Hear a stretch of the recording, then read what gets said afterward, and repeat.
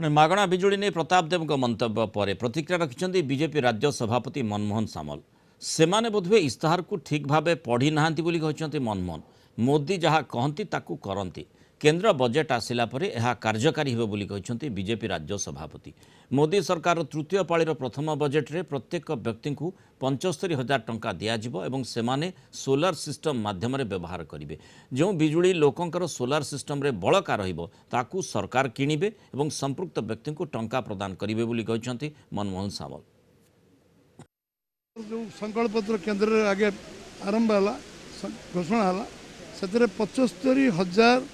टंका प्रति व्यक्ति को सोलार सिस्टम रे आमे विद्युत